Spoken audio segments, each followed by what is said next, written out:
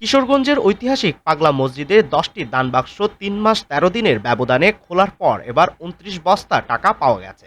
সেই সঙ্গে মিলেছে বৈদেশিক মুদ্রা ও সোনারূপার অলংকার। এখন চলছে গণনার কাজ। এর আগে চলতি বছরের ১৭ আগস্ট মসজিদের ৯টি দানবাক্স থেকে ৭,২২,১৩,০৪৬ টাকা এবং বৈদেশিক মুদ্রা ও সোনারূপার অলংকার পাওয়া গিয়েছিল।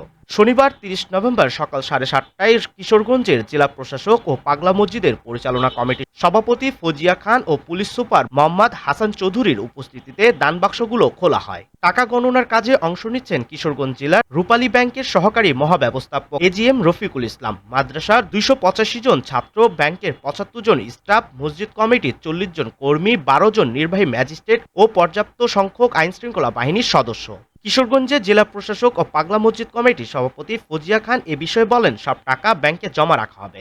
দানের টাকা থেকে পাগলা মসজিদ এবং এর অন্তর্ভুক্ত মাদ্রাসা, এতিমখানা ও গোরস্থানের ব্যয় নির্বাহ করা হয়। এছাড়া দানের টাকায় জেলার বিভিন্ন মসজিদ, মাদ্রাসা, এতিমখানায় সহায়তার পাশাপাশি গরিব ছাত্র ও দুস্থদের আর্থিক সহায়তা প্রদান করা হয়। সুউচ্চ মিনার ও ৩ গম্বুজ বিশিষ্ট ৩ তলা বিশাল পাগলা মসজিদ কিশোরগঞ্জের অন্যতম ঐতিহাসিক ধর্মীয় স্থাপনা।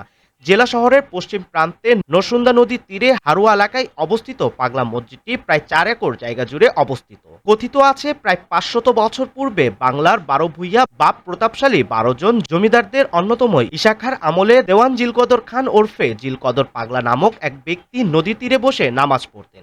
পরবর্তীতে ওই স্থানটিতে মসজিদটি নির্মাণ করা হয়। জিলকদর পাগলার নাম অনুসারে মসজিদটি পাগলা মসজিদ হিসেবে পরিচিতি পায়।